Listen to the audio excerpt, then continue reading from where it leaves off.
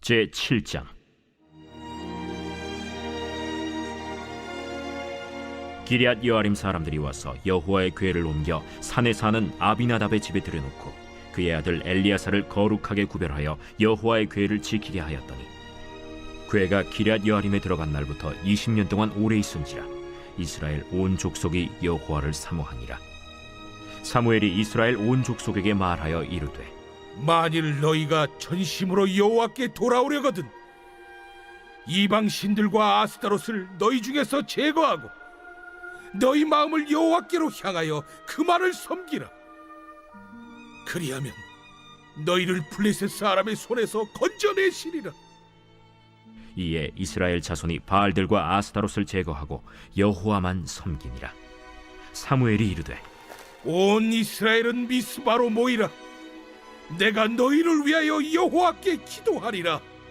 그들이 미스바에 모여 물을 길어 여호와 앞에 붓고 그날 종일 금식하고 거기에서 이르되, 우리가 여호와께 범죄하였나이다 하니라. 사무엘이 미스바에서 이스라엘 자손을 다스리니라. 이스라엘 자손이 미스바에 모였다 함을 블레셋 사람들이 듣고 그들의 방백들이 이스라엘을 치러 올라온지라. 이스라엘 자손들이 듣고 블레셋 사람들을 두려워하여 이스라엘 자손이 사무엘에게 이르되, 당신은 우리를 위하여 우리 하나님 여호와께 쉬지 말고 부르짖어 우리를 블레셋 사람들의 손에서 구원하시게 하소서 하니, 사무엘이 젖 먹는 어린 양 하나를 가져다가 온전한 번제를 여호와께 드리고 이스라엘을 위하여 여호와께 부르짖음에 여호와께서 응답하셨더라. 사무엘이 번제를 드릴 때 블레셋 사람이 이스라엘과 싸우려고 가까이 오매, 그날에 여호와께서 블레셋 사람에게 큰 우레를 발하여 그들을 어지럽게 하시니 그들이 이스라엘 앞에 패한지라. 이스라엘 사람들이 미스바에서 나가서 블레셋 사람들을 추격하여 벳갈 아래에 이르기까지 쳤더라. 사무엘이 돌을 취하여 미스바와 센 사이에 세워 이르되, 여호와께서 여기까지 우리를 도우셨다 하고 그 이름을 에베네셀이라 하니라. 이에 블레셋 사람들이 굴복하여 다시는 이스라엘 지역 안에 들어오지 못하였으며, 여호와의 손이 사무엘이 사는 날 동안에 블레셋 사람을 막으심에 블레셋 사람들이 이스라엘에게서 빼앗았던 성읍이 에그론부터 가드까지 이스라엘에게 회복되니 이스라엘이 그 사방 지역을 블레셋 사람들의 손에서 도로 찾았고 또 이스라엘과 아모리 사람 사이에 평화가 있었더라. 사무엘이 사는 날 동안에 이스라엘을 다스렸으되 해마다 베델과 길갈과 미스바로 순회하여 그 모든 곳에서 이스라엘을 다스렸고 라마로 돌아왔으니 이는 거기에 자기 집이 있음이니라. 거기서도 이스라엘을 다스렸으며 또 거기에 여호와를 위하여 제단을 쌓았더라.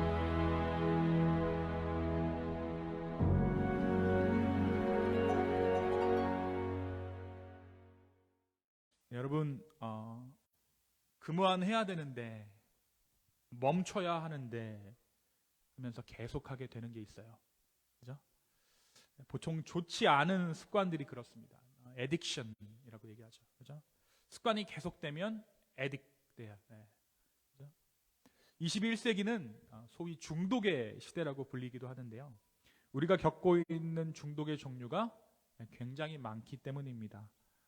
쇼핑 중독, 알코올 중독, 음식 중독, 마약 중독, 니코틴 중독뿐만 아니라 요즘에는 스마트폰 중독, 일 중독에 시달리는 사람들이 많이 있습니다.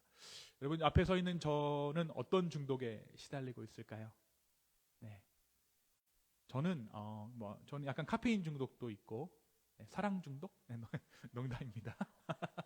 저는 약간 활자 중독이 있어요. 그래서 시간이 그러니까 이렇게 뭔가 이렇게 시간이 맞들 때 뭐를 읽지 않으면 굉장히 불안해하는 버릇이 있습니다. 그게 이제 중독이더라고요. 저도 몰랐는데, 그러니까 화장실에 가게 되거나 뭐를 기다릴 때 뭐를 계속 이렇게 머릿속에 집어 넣어줘야 되는 거예요. 알고 봤더니 그게 활자 중독이더라고요. 제가 여기 공개할 수 있는 것 중에 가장 마일드한 것 제가 여러분께 공개합니다. 네, 저한테 이런 중독들이 있는데 아마 여기 모인 우리도 적게는 하나, 두 개, 그리고 많게는 서너 가지의 중독에 시달리고 있을 것입니다. 그것을 끊어냈을 때 얼마나 좋을까 싶기도 하지만 그것이 없으면 삶을 유지할 수 없는 지경에 이르는 것이 이 중독의 증거입니다.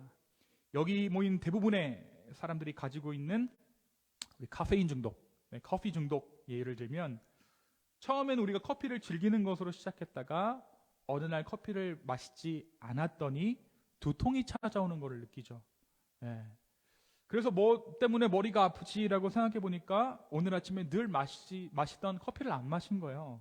그래서 그 다음 날부터 이제 커피를 다시 마셨더니 이 두통이 사라지는 것입니다. 그래서 그 다음 날부터는 하루를 시작할 때 이 커피를 꼭 마시게 되는 것이죠. 근데 이렇게 커피를 계속 마시다 보니까 커피 없이는 하루를 시작하는 것이 어렵게 되기도 하고 소화도 제대로 되지 않는 것 같아서 이 커피를 끊어보려고 애를 썼습니다. 저도 그래 본 적이 있어요. 그리고 실제로 한 6개월 정도 성공했던 것 같아요. 근데 어떻습니까? 한번 이렇게 인이 박힌 커피를 끊는 것이 쉽지 않습니다. 나중에는 오히려 이 무언가를 끊어내야 한다는 압박감이 오히려 불편해서 아예 끊는 것을 포기해버립니다. 이걸 끊어야 하는데 라는 그런 불편함, 그런 정죄가 나를 더 힘들게 하는 것이죠. 여기에서 비롯되는 중독자들이 가지고 있는 가장 큰 착각이 있어요. 그게 뭐냐면 그것은 본인이 중독된 그것을 스스로가 싫어한다라는 착각입니다. 내가 이걸 끊어야 되는데 못 끊네. 그래서 내가 착각하는 게 나는 커피를 싫어하는데 끊고 싶은데 나는 못 끊네 라고 말하는 거예요. 커피에 중독된 사람들은 본인이 커피를 싫어한다고 착각하게 되죠. 끊어보려고 애를 써도 안 되면 이 커피를 나는 싫어하는데 내가 끊지를 못한다라고 착각하는 것입니다. 몸에도 안 좋은 이것을 내가 싫어함에도 불구하고 이것을 끊어내지 못한다라고 생각하는 것이죠. 하지만 어떻습니까? 나는 커피를 좋아합니다. 커피를 사랑해요. 그래서 나는 이 중독에서 헤어나오지 못하고 있는 것이죠. 여러분, 우리 너무나도 쉽게 중독에 빠집니다. 근데 무서운 것은 이 중독은 한 사람의 인생을 너무나도 처참하게 망가뜨린다는 것이에요. 여러분, 아무리 좋은 것이라도 그 단어 뒤에 중독이라는 단어를 한번 붙여보세요.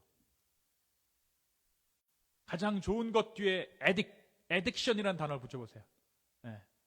가장 좋은 것 뒤에 에딕션. 뭐가 있을까요? 명품, 중독. 교회, 중독. 관계, 중독.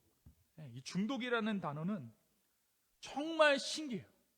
이 중독이라는 단어가 붙는 순간 그 단어가 죽음의 단어가 되어버리고 마는 것이죠. 그렇습니다. 이 중독이야말로 우리의 죄성을 가장 잘 보여주는 현상이에요. 인류는 누구나 중독에 쉽게 노틀 지어져 있는데 사실 이 모든 것이 우리의 죄 때문입니다. 여러분, 인류 역사상 가장 많은 중독이 있는 시대가 언제일까요? 언제일까요? 오늘이에요. 그 말은 뭐예요? 가장 죄가 승하고 가장 죄가 많은 세대 가운데 우리가 지금 살고 있다는 거예요. 적어도 우리 5살 된, 3살 된 예건이가 중독은 없겠지라고 생각할지 모르겠지만 우리 예건이는 파워레인저 중독입니다. 파워레인저 중독, 유튜브 중독이에요. 유튜브가 없으면 하루가 시작이 안 됩니다. 우리는 이렇게 많은 중독 가운데 살아가고 있어요. 우리가 이 사무엘상 말씀을 통해 이스라엘의 상황을 보게 됩니다. 사실 이 당시 이스라엘은 죄에 중독되어 있었어요. 죄에 중독되어 있었다는 것은 바로 스스로를 구원할 수 없는 지경에 이르렀다는 겁니다. 그들은 그들 스스로를 일으켜 세울 수 없었어요. 중독자들의 특징이죠. 누군가 구원자가 없으면 외부의 힘이 아니면 스스로 일어날 힘이 없는 것, 끊어낼 힘이 없는 것, 그것이 중독이에요. 이스라엘이 보여주는 것은 addiction of sin. That's the situation of the Israelites. 그것이 사무엘상 시대 가운데 이스라엘의 상황이었습니다. 여러분, 우리가 알코올 중독이나 도박 중독자들 보면 왜 그러고 사나, 왜 저러고 살지? 할 때가 있어요. 실제로 그 중독자들 인터뷰 들어보면 본인의 심각한 상황에 대해서 본인들도 너무 잘 알고 있습니다. 그래서 늘 하는 말이 이렇게 살면 안 되는데 제가 미친 거죠. 뭐 이런 말을 해요. 너무나도 괴로워합니다. 그런데 벗어나지를 못해요. 왜 저러고 살지? 그런데 그렇게 살 수밖에 없는 거예요. 본인 스스로는 결코 그 중독에서 빠져나올 수가 없는 것이죠.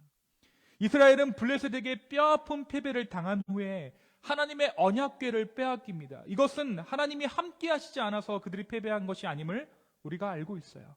그들의 죄악이 블레셋과의 전투에서 그들을 패하게 했고 결국 그들의 언약궤마저 빼앗깁니다.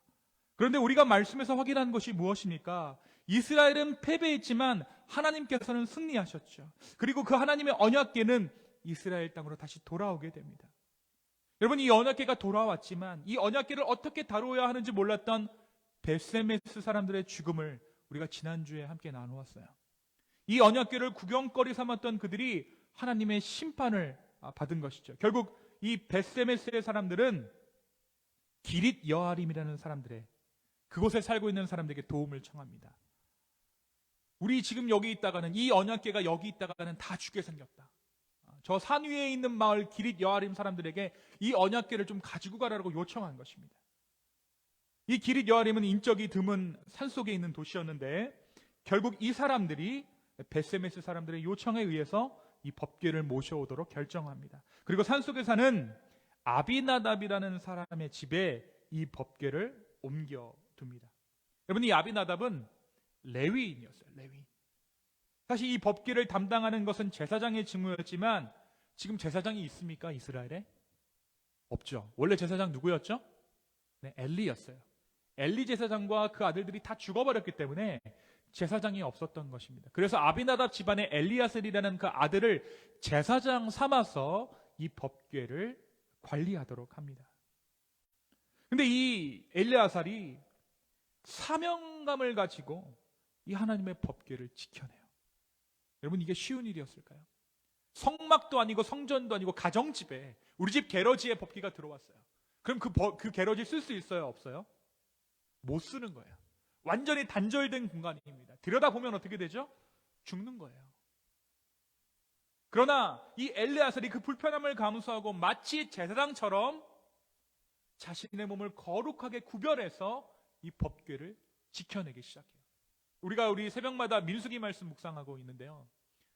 여러분, 이 민수기 말씀을 통해서 우리가 보는 것이 무엇입니까? 이 대제사장들이 얼마나 많은 그 성결의 거룩의 삶을 지켜내기 위해서 수많은 규례들을 지켰는지 우리가 보게 되잖아요.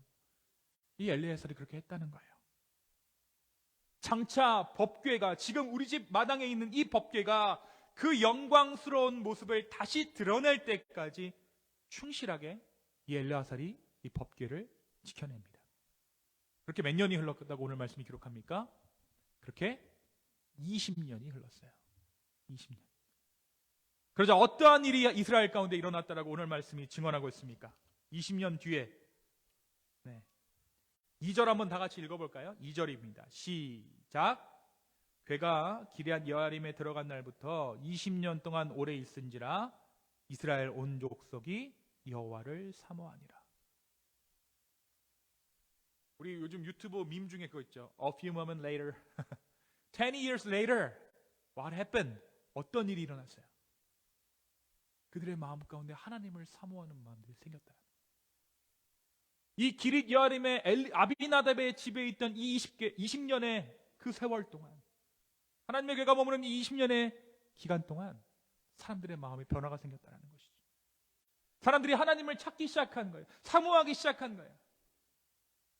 우리는 오늘 말씀 이전에 놀라운 변화가 저절로 일어난 것이 아니라는 것을 알 수 있습니다. 분명 이스라엘은 자기 스스로 죄를 해결할 수 없는 지경이었어요. 죄의 중독된 자들이었습니다. 실로에서 언약궤를 옮겨왔을 때부터 벳세메스의 사람들이 죽임을 당할 때까지 그들은 하나님의 기준이 아닌 스스로가 기준이 되어서 살아갔던 사람들입니다. 그런데 20년이 지나자 하나님을 사모하는 자들로 바뀌었습니다. 누구 때문입니까? 누가 이스라엘을 이렇게 변화시킨 것입니까? 이 엘리아살이 자기 집에 20년간 충실하게 하나님의 법궤를 지켜내는 동안 사무엘이 온몸을 바쳐서 이스라엘 백성들을 흔들어 깨웠습니다. 온 마음 다해 사역했고 온 마음 다해 하나님의 말씀을 전했습니다. 그렇게 20년이 흐르고 드디어 때가 참에 이스라엘 백성들 가운데 하나님을 사모하는 마음이 싹트기 시작한 거예요. 여러분, 누가 알아주기나 했을까요? 20 years, 20년 동안 Who knows? Who cares? Nobody cares. 여러분, 20년간 이 하나님의 궤를 지키고 있던 엘르아살의 심정을 한번 생각해 보십시오. 또 20년간 이 사무엘은 어떠한 심정으로 하나님의 말씀을 전했을까요? 아마 처음 복음을 듣는 선교지보다 더 고래 심줄 같은 이스라엘 백성들에게 복음을 전하는 것이 어렵죠. 왜? 나도 알아. 나도 하나님 백성이야. 나도 알아. 나도 믿는다. 라며 자기의 신앙을 자랑하듯이 말하는 그들에게 복음을 전하는 것은 정말 쉽지 않은 일입니다. 제가 여러분 한 6군데 해외 선교지를 나가봤거든요. 지금까지. 제가 그 중에서 가장 복음 전하기가 어려운 나라가 어디였냐면 이스라엘이에요. 왜 사람들이 이스라엘을 땅끝이라고 말하는지 제가 경험했습니다. 그 사람들은 아예 이가 먹히잖아요. 야, 네가 이방인인데 예수가 적어도 우리 민족이야. 난 예수를 믿지는 않지만 적어도 예수가 우리 민족인데 네가 예수를 전해? 아예 믿지 않아요. 다른 사람들은 다른 이제 해외에 나가면요, 여러분 그냥 저희를 피하잖아요. 그죠? 그 사람들은 복음 전하면 어떻게 하냐면 저희가 복음을 막 전하고 있으니까 그 벳예후다 그 거리에서 전하고 있으니까 나중에 그 구렛나루가 이렇게 동글동글 말린 사람들이 오는 거예요. 그 사람들이 누구냐면 레위인들입니다. 네. 그 사람들이 와서 우리가 갖고 있던 사형리며 모든 것들을 빼앗아 가기 시작해요. 네. 그리고 막 육탄전을 벌입니다. 저희랑. 여러분, 이스라엘 사람들에게 복음 전하는 것이 정말 어려웠을 거예요. 근데 사무엘이 20년간 했다는 거예요. 그래서 어떤 일이 일어났다고요? 사모하기 시작했어요. 하나님을 사모하기 시작했습니다. 그런데 사람들이 하나님을 사모하는 것만으로는 부족합니다. 여러분, 20년이 지나자 사람들의 마음 바뀌었어요. 20년이라는 기간을 사무엘이 정한 것은 아니었을 것입니다. 20년이 지났지만 기미가 보이지 않았어요. 만약에 20년이 지났지만 아무런 기미가 보이지 않았다면 사무엘은 21년차 계획을 했을 거예요. 그런데 하나님께서 그 마음 만져주셨어요. 여기서 사무엘이 결단을 하죠. 그리고 무엇이라고 이야기합니까? 에? 너희가 가지고 있는 모든 우상을 제거하라고 명령하죠. 여러분, 사람들이 사모하는 마음이 생겼어요. 이것도 굉장히 놀라운 변화죠. 그렇죠? 근데 사람들이 하나님을 사모하는 것만으로는 부족합니다. 여러분, 마치 우리가 기도해야 하는데, 예배해야 하는데 그 마음만 가지고 있는 것으로 하나님께 온전한 인생이라고, 하나님께 완전한 회개라고 말할 수 없듯이 이들에게는 결단과 행동이 필요했어요. Decision and take action. That's what they need. Take action 하는 거예요.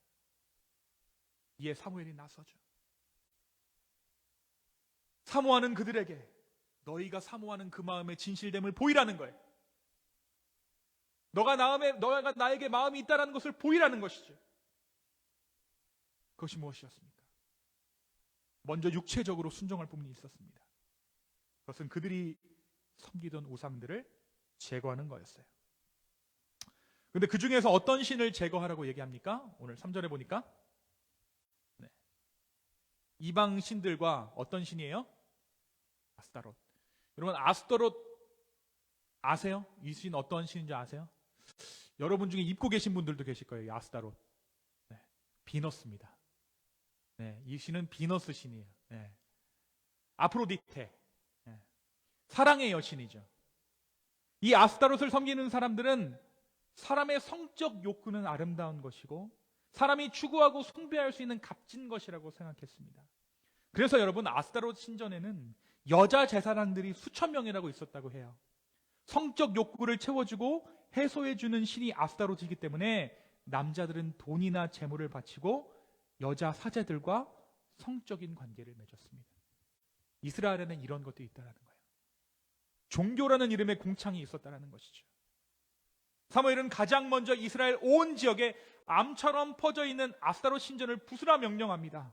그리고 그 마음을 하나님께만 향하여 그만을 섬기라 라고 명령하십니다. 3절에 보니까 너희 마음을 여호와께로 향하여 그만을 섬기라.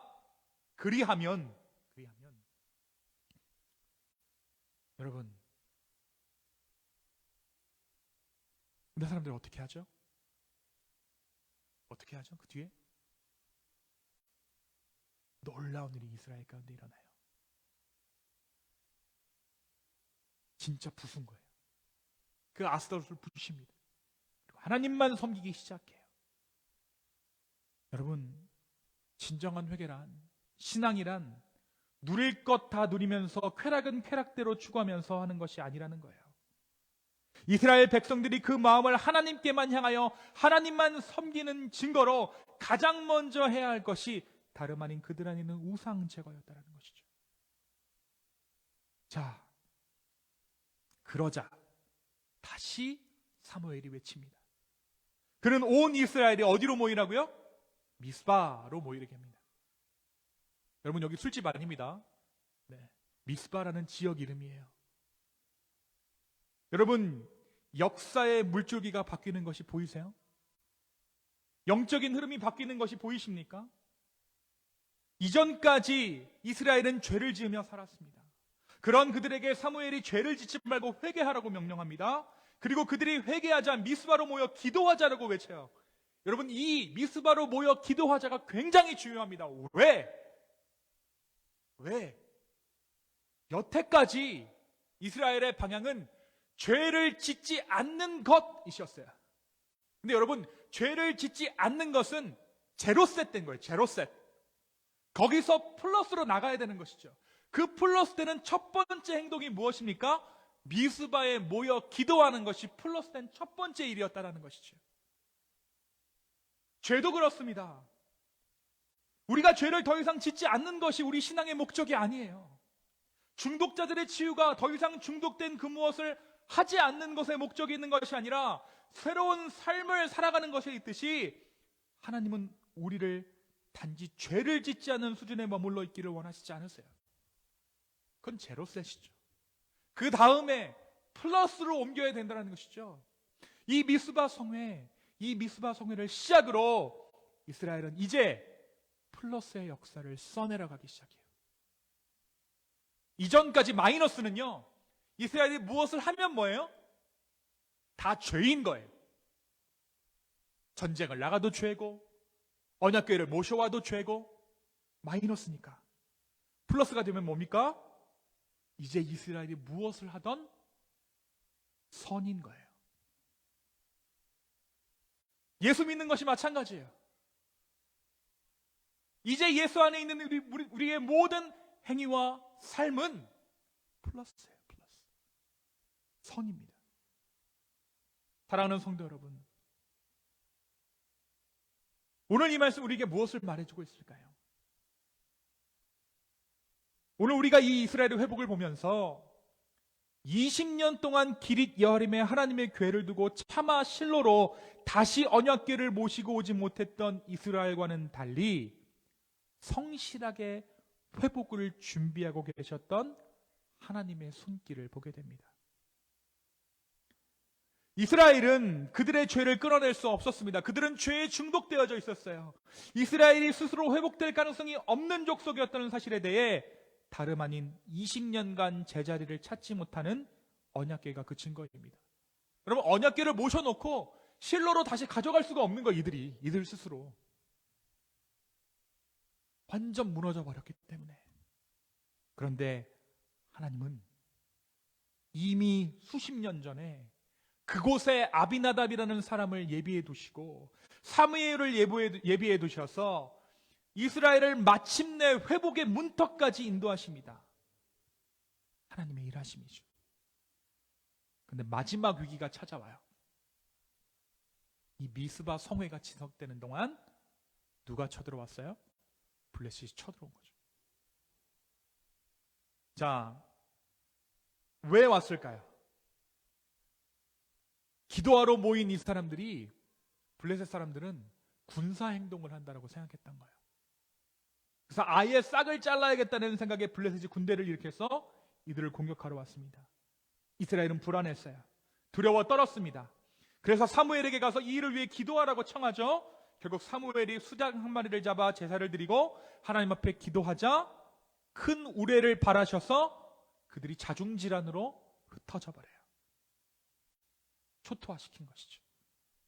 여지껏 자기들의 능력으로 블레셋을 한 번도 이기지 못했던 이스라엘이 승리합니다.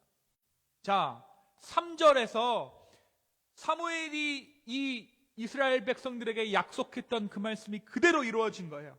자, 여호와께로 향하여 그만을 섬기라. 그리하면 너희를 블레셋 사람의 손에서 건져내시리라. 그렇게 했더니, 순종했더니 진짜 건져내셨어요. 더욱 은혜되는 말씀이 있습니다. 여러분 14절 한번 볼까요? 우리 14절 한번 읽어보겠습니다. 시작. 블레셋 사람들이 이스라엘에게서 빼앗았던 성읍이 에그론부터 가드까지 이스라엘에게 회복되니 이스라엘이 그 사방 지역을 블레셋 사람들의 손에서 도로 찾았고 또 이스라엘과 아모리 사람 사이에 평화가 있었더라. 어디서부터 어디까지라고요? 가드까지. 누가 먼저 갔던 곳이죠? 하나님의 법궤가 먼저 갔던 곳이죠. 하나님의 법궤가 먼저 머물러서 심판했던 그곳을 이스라엘이 되찾게 된 거예요.